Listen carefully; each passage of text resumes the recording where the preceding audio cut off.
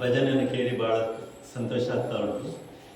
ಇದನ್ನು ಸಾಹಿತ್ಯ ಕೊಟ್ಟು ಮಾಡಿದಂತಹ ನಮ್ಮ ಬಾಲಕೃಷ್ಣ ಶೆಟ್ಟಿಯವರಿಗೆ ಅಭಿನಂದನೆಗಳು.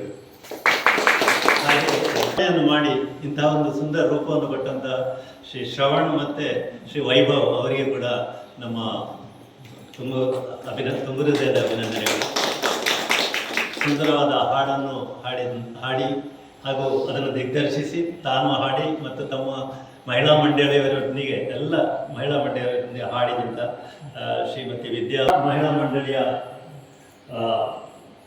ಮೆಂಬರ್ಸಿಗೆ ನಾವೆಲ್ಲ ಈ ಊರಿನವರು ನಮ್ಮ ಅಭಿನಂದನೆಗಳನ್ನು ಸಲ್ಲಿಸ್ತಾ ಇದ್ದೇವೆ.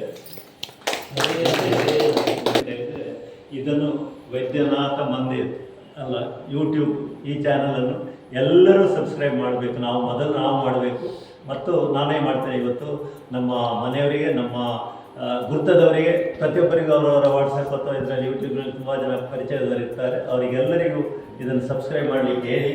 ಮತ್ತು ಹಾಡು ಭಾಳಷ್ಟು ಚೆಂದ ಬಂದಿದೆ, ಅದರಲ್ಲಿ ಡೌಟೇ ಇಲ್ಲ, ಭಾಳ ಚೆಂದ ಬಂದಿದೆ.